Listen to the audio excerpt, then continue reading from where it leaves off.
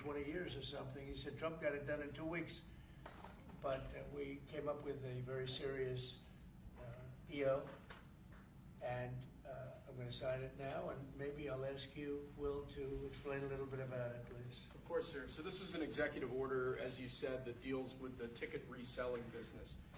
For fans of live entertainment and for entertainers as well, the ticket reselling industry has become a huge issue. These people use bots and computer algorithms to buy up huge blocks of tickets and then jack up the price so that fans of live entertainers like Mr. Ritchie, I almost called him Mr. Rock, don't have access to concerts the way that they should. And when they do, it's at exorbitantly high prices. So what this executive order does, it charges the FTC and the Department of Justice with rigorously enforcing laws on the books in collaboration with state attorneys general that have power over consumer protection and other people who have the power to really crack down on this issue so that entertainers and fans won't be subject to these abusive and oftentimes illegal practices. It charges. Thank you very much. Bob, do you want to say something? Yeah, anybody it doesn't matter your politics.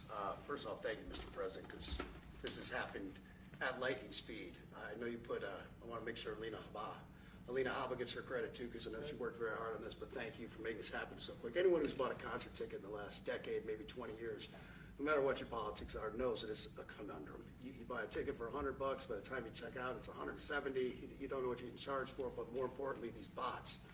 You know, they come in to get all the good tickets to your favorite shows you want to go to, and then they're relisted immediately for sometimes a 400% or 500% markup. And the artists don't see any of that money. And, you know, ultimately, I think this is a great first step. I would love down the road if there would be some legislation that we could actually put a cap on the resale of tickets. And I'm a capitalist and a deregulation guy, but they've tried this in some places in Europe, and it seems to be the only thing that's us as artists be able to get the tickets into the hands of the fans at the prices we set. I'll be the first one to say, and I know the president doesn't like when I say this, but I'm a little overpaid right now. It's kind of ridiculous. I would rather be, you know, a hero to working class people and have them be able to come attend my shows and give them a fair ticket price. I can't control that right now, so hopefully this is a step to really be able to make that happen. I know a lot of artists and a lot of fans who love concerts and music are going to be very appreciative of you taking this. ¿No te pasa que cuando te falta hidratación no eres la misma persona? Para eso está Generate, para que siempre seas tu mejor versión. Genera tu mejor versión con Generate y devuélvele a tu cuerpo los electrolitos que pierde. Generate. It bothers a lot of other artists too. You see, the artists, and they go out with a $100 ticket and it sells for $2,000 the following night. And they seem to be able to sweep up the best locations too, which is pretty amazing. So. They've only enforced that Box Act one time, I believe. Yeah. A couple years ago in New York City, they still got a couple $1 million fine. And that's the only time they've enforced that act. And who's the primary culprit? Who sells these tickets? It's the scalpers. It's these bots go in, and they're automated, so you're... But is there a company involved? You might not want to say. No. Well, there's reselling markets all... Yeah. I think I know, Peter. But that's all right. Don't get them involved. What company do you think? Maybe they're more innocent than we think. Well, if you think of it, like if Ticketmaster sells a ticket, if you buy a ticket and go to a show, you're in a lot of ways their worst customer. Because they make another 17, whatever percentage every time that ticket resells. So they don't want to enforce the Bots Act necessarily because they're making more money off it. The artists don't see any of that money, but that's not what I'm advocating for, is for me to make more money. I want the fans to have fair ticket prices, be able to go and enjoy more shows. I know people that they decide on a family vacation or going to their favorite concert once a year rather than, you know, my parents used to go see multiple shows when you could afford them back in their day. And I'd like to take my ticket prices lower, but if I set my ticket prices low, these bots immediately eat them up and they resell for hundreds of dollars more, and I'm just making these bad actors rich. Well, I think this is a big step to getting it stopped. Do you have something, Brian? Yeah, I do actually. I actually feel that the consumer is going to take the money that they've saved and actually buy merch, which you guys have a big percentage of, or do concessions, which you guys split with the venue on that as well. So I think their money goes. We don't share concessions a lot. No, those are, we try to, but they don't want us. They don't want to share it in the beer prices and parking or any of that stuff. But the bottom line is there's money for everyone to be made. There's plenty of money to go around. no one's going to really lose here. Ticketmaster, if we can get a cap, they're going to lose some money, but I've already talked to CEO Michael, and he's given me his word. He's on board for it. I was talking to Jacoby with Papa Roach earlier, and by the way, he's a big fan of what you're doing, President Trump, digging into this whole scalping and the bots. A lot of musicians, you can say that, they're with Kid Rock, sir. Good. On this, I think so. without a doubt. A lot of people are. President Trump, Yeah. would you ever wear a jacket like that? I don't know, I was thinking about doing it for tomorrow. We have a big event coming up, and I was thinking about doing it, but I'm not sure. So you recently bought a Tesla for White House staff I did. to use, but now there's all these domestic terrorists targeting Teslas. Are the staff scared to drive it? I don't think so. I haven't heard. They weren't complaining. I did buy one, and I let the staff use it. We have it parked conveniently, and one day we give it to Margot, one day we give it to Chamberlain, give it to Natalie, we give it to everybody around, give it to Dan Scavino, but he's got so much money it doesn't matter. But they love the car, and it's a great car, and it's made here, and it's made in the country. He's got a tremendous plant now in Texas, and he has one in California. Does a lot of his work here, and he's been really unfairly treated, in my opinion. I drive one. And Yeah. there's this other story, I know it's hypothetical right now, but if you were allowed for some reason to run for a third term, is there a thought that the Democrats could try to run Barack Obama against you I'd love that. for his third term? Boy, I'd love that. That would be a good one. I'd like that. No, people are asking me to run, and there's a whole story about running for a third term. I don't know. I never looked into it. They do say there's a way you can do it, but I don't know about that. But I have not looked into it. I want to do a fantastic job. We have 4 years, just about, almost close to 4 years. Time is flying, but it's still close to 4 years, and we're getting a lot of credit for having done a great job in the first almost 100 days. And we have some big things we're going to be announcing over the next 2 days, and you know very well, Peter, and I think it's going to be something that's going to bring a lot of wealth back to our country, tremendous wealth back to our country, actually. And other countries are understanding it because they've been ripping us for 50 years, longer, but they've been ripping us off for years, right from the beginning. And I think this is going to be an amazing, I call it a lot of different names, but it's really, in a sense, it's a rebirth of a country because how we could have afforded to do what we did. We help everybody and help us. I really, the term I like best probably is the liberation of America. It's the liberation of this country because it's incredible. Look, we have 36 trillion in debt for a reason, and that accumulates over a long period of time. So I think what you're going to be seeing over the next couple of days will be very inspiring to a lot of people. They had a lot of auto plants being built in a certain country. I don't want to mention the country because we get along great with the country, but those plants aren't being built there anymore. They gave them up today and yesterday, day before, and they're building them all now in the United States. And we have many examples, not only auto plants, chip companies from Taiwan are coming in. The biggest, Mr. Wei, he's big. I said, you are a smart guy, aren't you? I've been reading about him over the years, but he controls a large portion of the chip business, as you know. You don't get smarter. They're going to be investing $200 or $300 billion. Apple's investing $500 billion. They always built their places in China. Now he's building here. I think because of you speak to Tim Cook, because of the election, but maybe more importantly because of the tariffs. He's got really an obligation to do it. But we have many, many companies that you haven't even heard of. But I think we'll be at $5 trillion very soon. And if you think about this, we've never been anywhere near that. I don't know if we've ever been at $1 trillion. What do you mean by that? We're 500.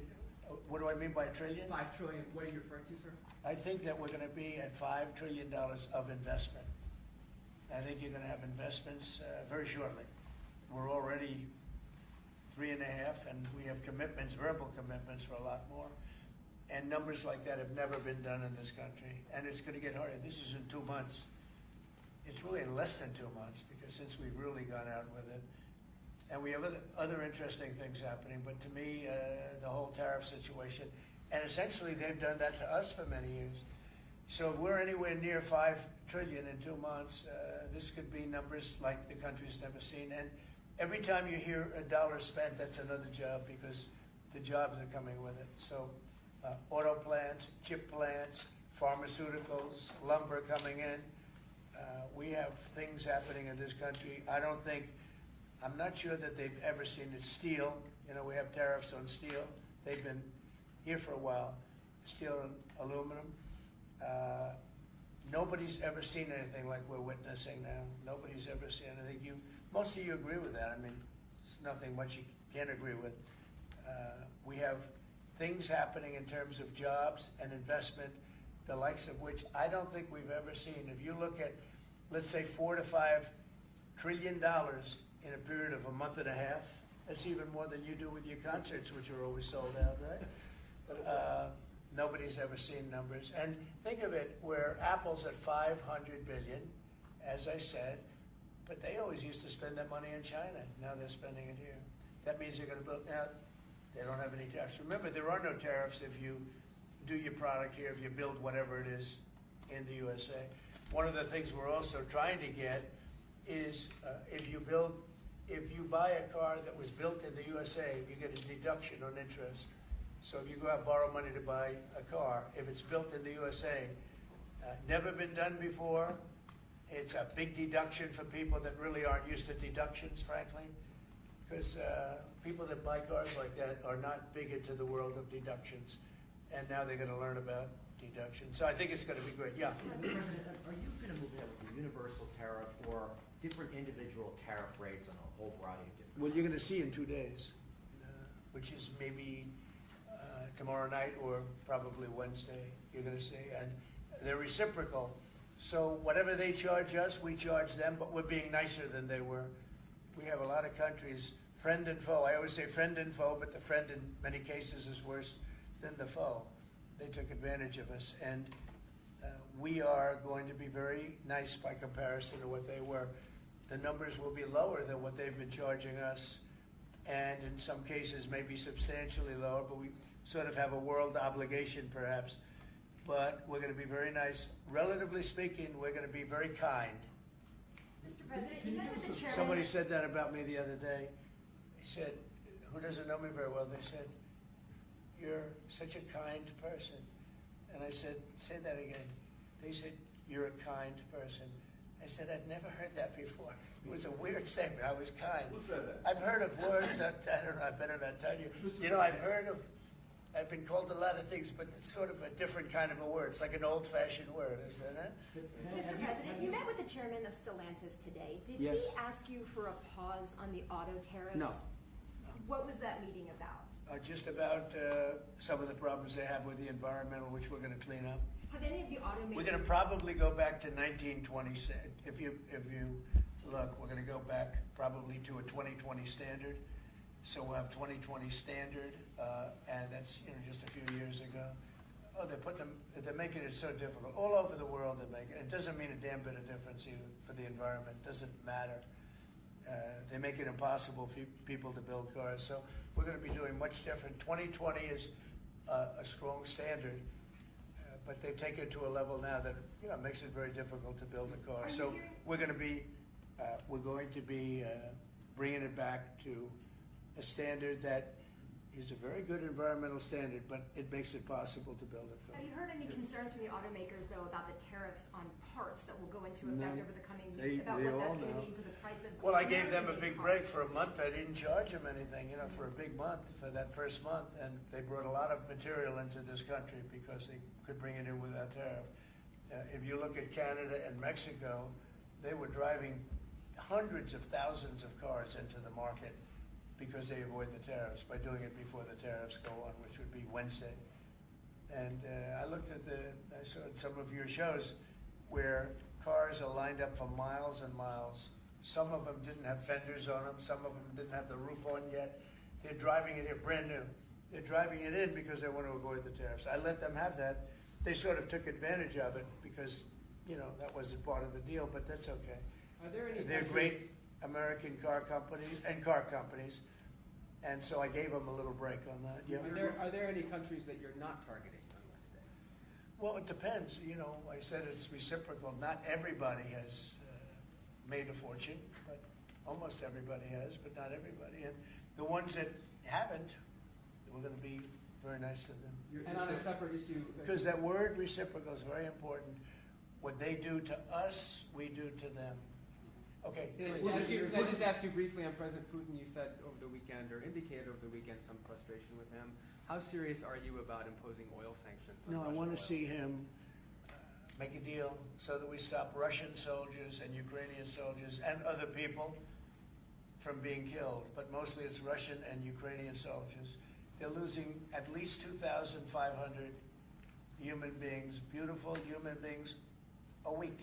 And I want it to stop. And some people would say, why do you worry about Russian soldiers or Ukrainian soldiers? I worry because it's like they're just like you people. They're like us. They're like all of us.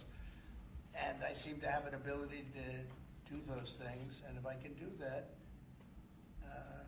I think it's a very worthwhile thing to do. And I think we will. No, I want to make sure that he follows through, and I think he will. I don't want to go secondary tariffs on his oil, but I think, it's something I would do if I thought he wasn't doing the job. I did it with Venezuela, secondary tariffs, and you know what happened? Every boat left the harbor. Did you see that? It was a beautiful thing to see.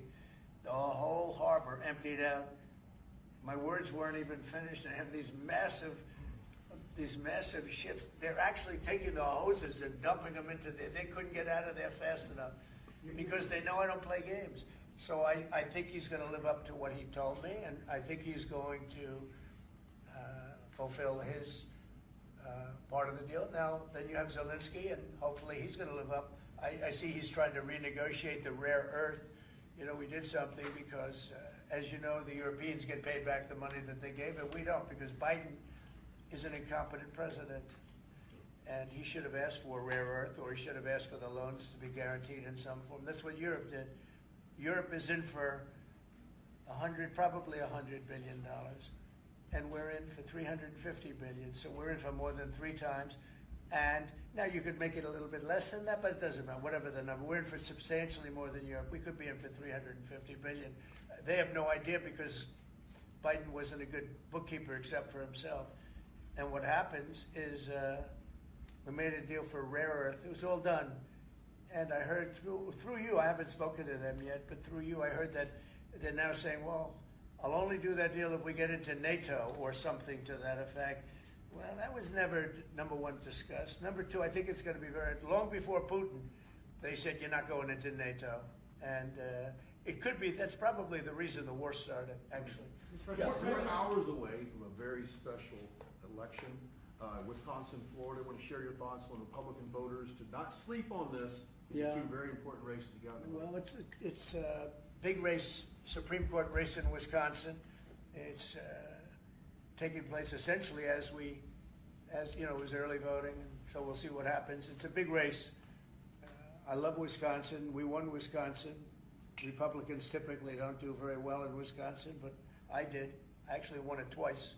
I actually probably won it 3 times, to be exact. We played their side. Not probably. I won it 3 times.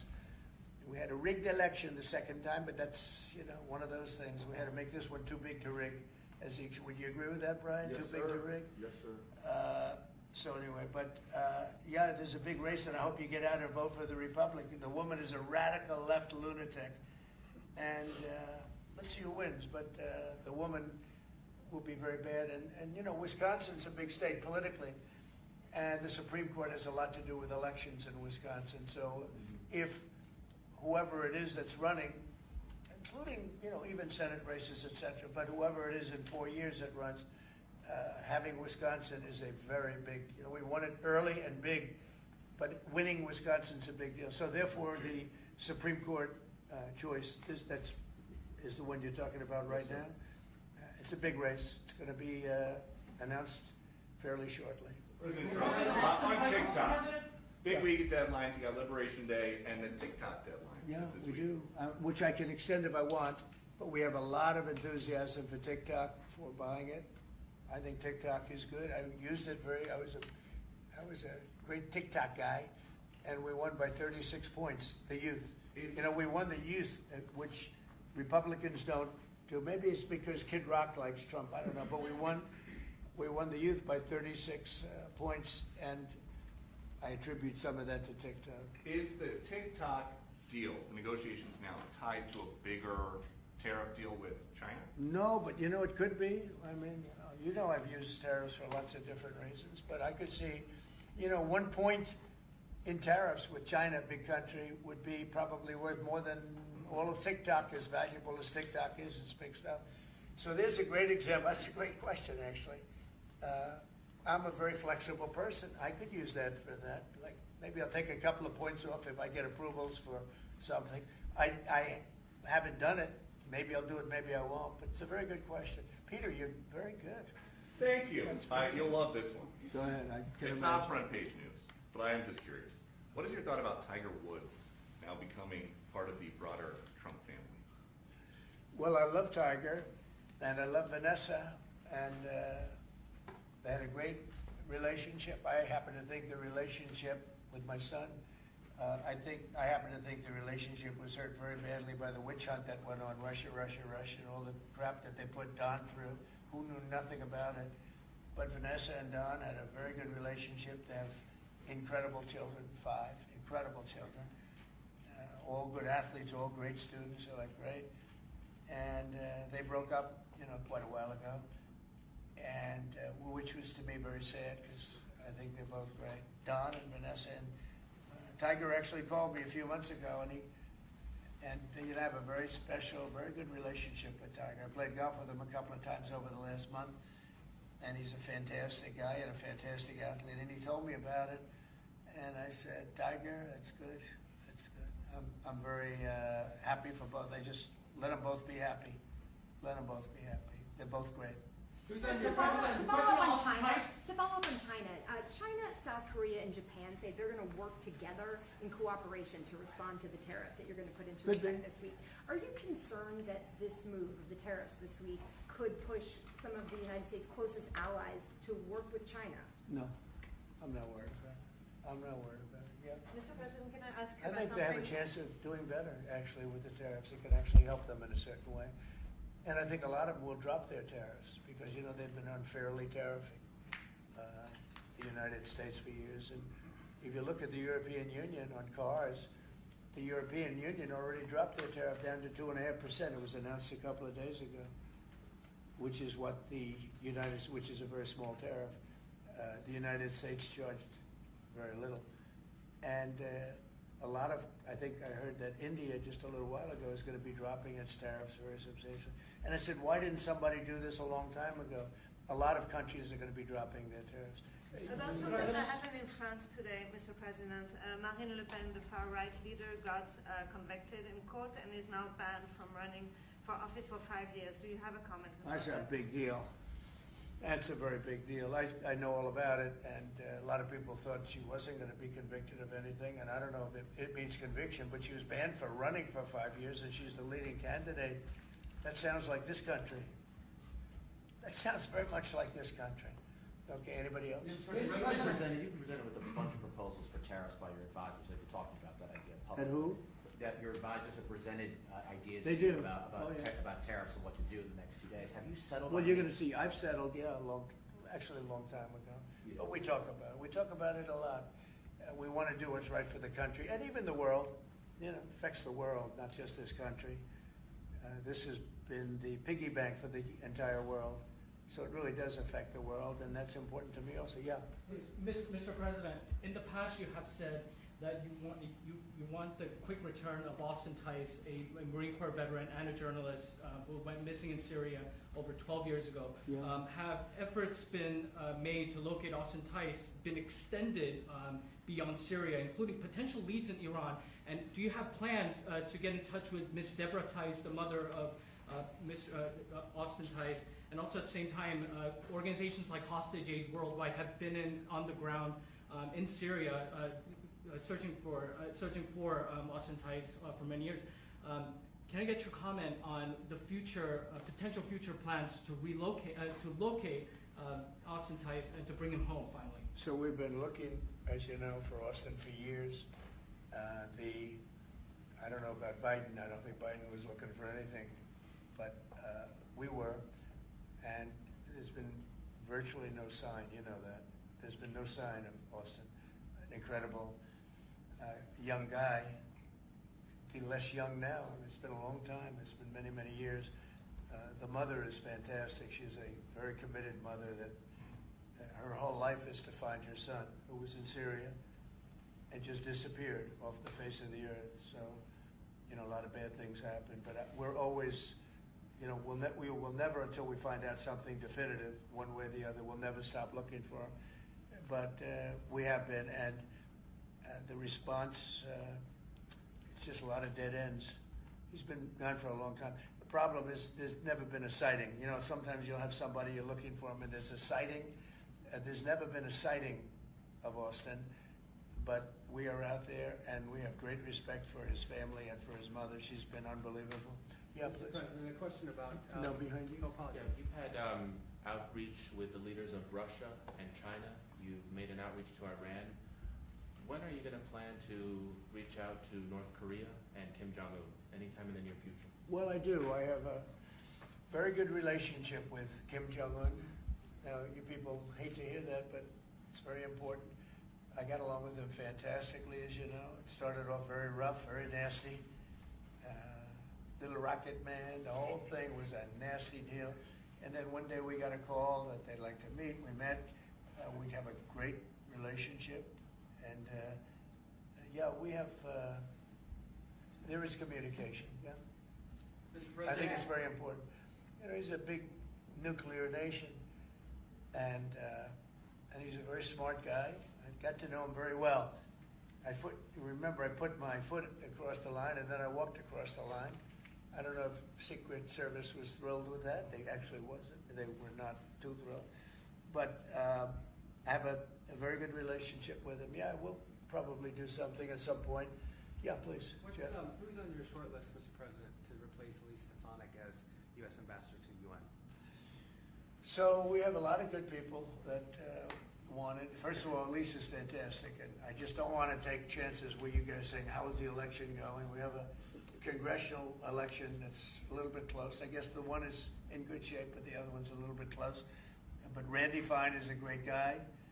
They're both good candidates. They're very good. But it's, you know, a little bit, we want to be careful.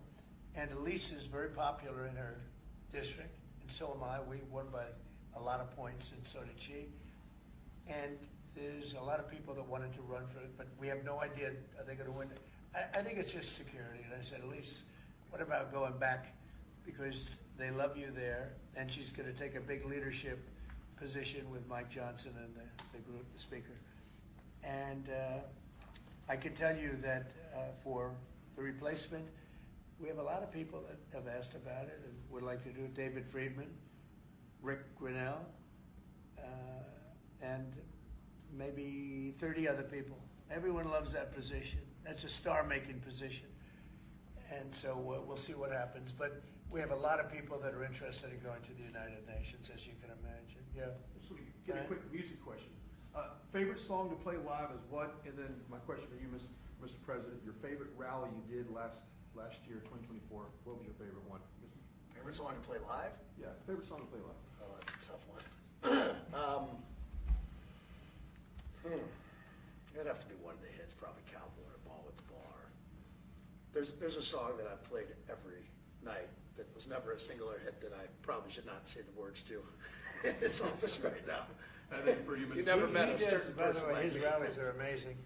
He does great and gets big crowds. He's really a star when it comes to that. He is a very talented guy. I would say maybe Madison Square Garden. Yeah. Because anybody that was there, the owner of the garden, Jim Dolan, who's, you know, to me always been terrific.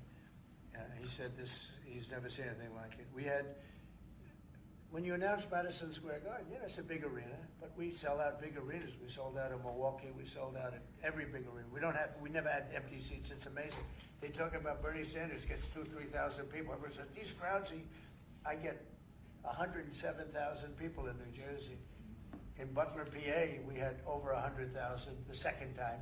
We had 55,000 the first time. We have big crowds. I would say Madison Square Garden because I grew up in New York and the garden is great. Jim Dolan treated us well, but Everybody said they, because I think I could have filled it up 10 times.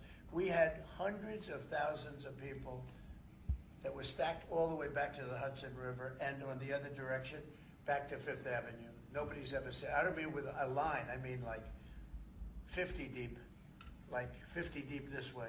The streets were closed, the whole thing, it was crazy. And when you take that, you know, you want to do well at Madison Square Garden. You don't want to have empty seats. But we could have sold it out, Brian, 10 times, and everybody knew it. And I think we got a good indication that that's where the election was going. And we won every swing state, and we won by millions of votes. It was a great election, yeah. Mr. President, the U.S. military transferred 17 individuals to El Salvador overnight. Did you discuss with your team whether these deportations would run afoul of any recent court orders? No, I do want to thank, however, the president. He has been unbelievable, and you know, in relation to us.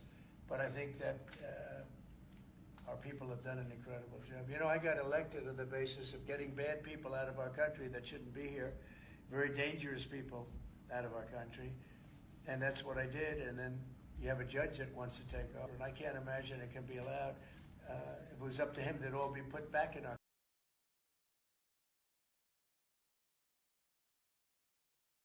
country. These are killers. These are drug lords. These are Another month. Yeah. Do you want him to stay longer, or is it time for him to go back to running his companies in Europe? Well, I think he's amazing, but I also think he's got a big company to run, and so at some point he's going to be going back. He wants to. Would you want to keep him around? But I'd keep him as long as I could keep him. He's a very talented guy.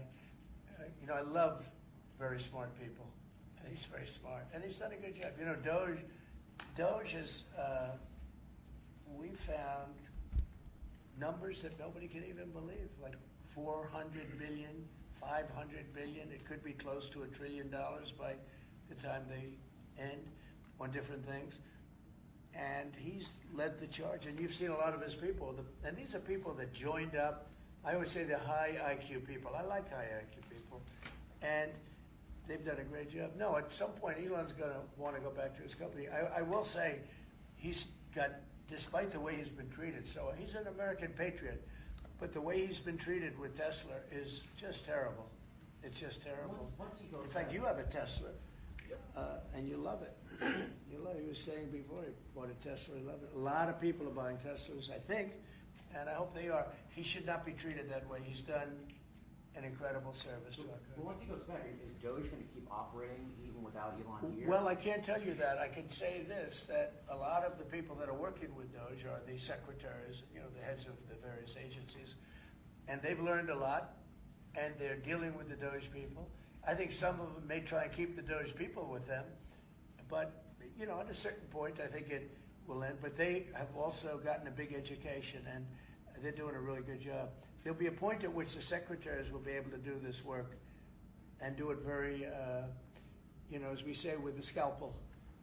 And that's what we want. Yeah, Jeff? Mr. President, have you had any updates on the U.S. soldiers missing in Lithuania? I have. Can you give us an update? So 3 are no longer with us, and 1 is unfortunately probably in the same category, but they haven't declared that yet.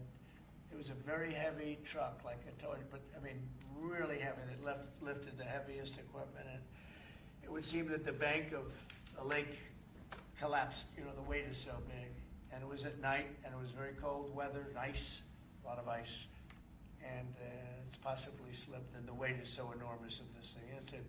It's a massively heavy vehicle, and if they slipped a little bit, that's probably what happened, and it flipped. And 3 are gone, and 1 is missing.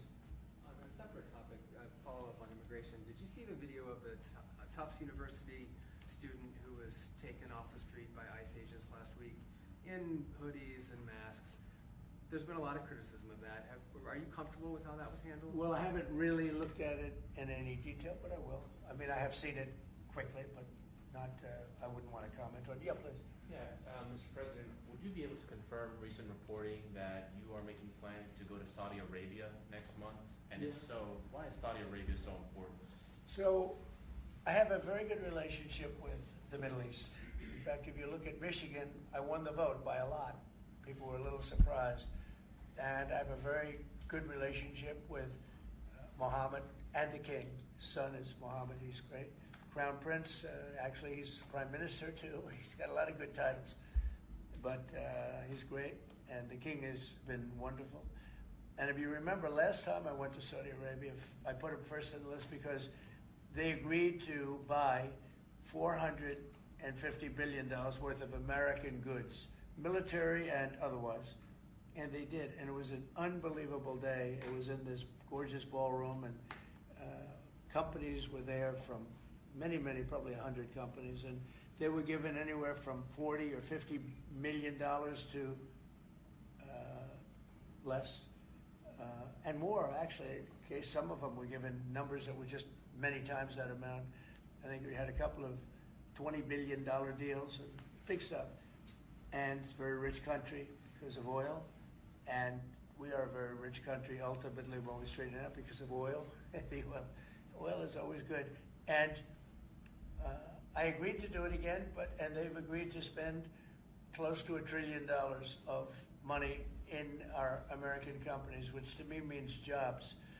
So they're going to spend hundreds of billions of dollars giving them to American companies that are going to be making equipment for Saudi Arabia and other places in the Middle East. And for that, I think it's worth it. I did it last time, $450 billion, and the press was there. It was one of the most unique days I've ever seen, where companies would get up and you're getting $20 billion. They named the company. The chairmen were all there, every chairman and top person in the company. You remember that, Peter? I don't know if you were there. You might be too young for that. I was on the Democratic campaign trail. Oh, that was boring. This was a much better deal. But it was amazing, actually. It was an amazing day. We sold and we partook in $450 billion worth of investment into American companies. And they announced the company, the amount of money, $1 billion, $5 billion, $25 billion. And the chairman of the company, many of whom, well-known figures, prestigious figures, great business leaders, they went up, they shook the hand of somebody, and they would sit down, and we just had a big investment made. So it was a record. Nobody ever beat it before. $450 billion worth of jobs. I view it as jobs more than anything else. And now we're close to $1 trillion, so it's more than double the number that we did when I first came to office. And this trip takes place next month. It could be next month, maybe a little bit later, yeah. And we're going to Qatar also. And also we're going to possibly a couple of other countries. UAE is very important. It's a great leader in UAE. And I had his brother here the other night, if you saw that. We had a wonderful guy, a wonderful family. So we'll probably stop at UAE and Qatar, and as I used to call it, Qatar. Nobody's ever told me right or wrong. I always like to say Qatar, but it's Qatar. They like to say Qatar. And Saudi Arabia, the three of them, and then we'll go other places also. But in the Middle East, those seem to be the three. And again, tremendous amounts of jobs will be created in those 2 or 3 days. Thank you very much, everybody. Thank you, press. Thank you, press.